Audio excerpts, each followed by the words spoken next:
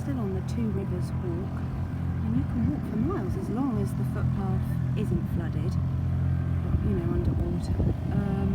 So we've just seen a kingfisher, but obviously it's very hard to film a kingfisher because they don't stay still for very long, and all these reed beds, it's perfect habitat for birds to hide in, and it's like an amazing playground for them.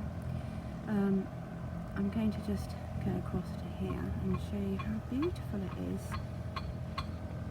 the other way. So when we walk back, we'll probably walk back the same way, but it's full of vegetation, wildflowers, butterflies, and there's the River Frome downstream, and there's a lot of activity on the River Frome today. There's a lot of noise, and then as you come round and look to the south, you see the beautiful Purbex again, all the way across as a backdrop, and it really is a very special place.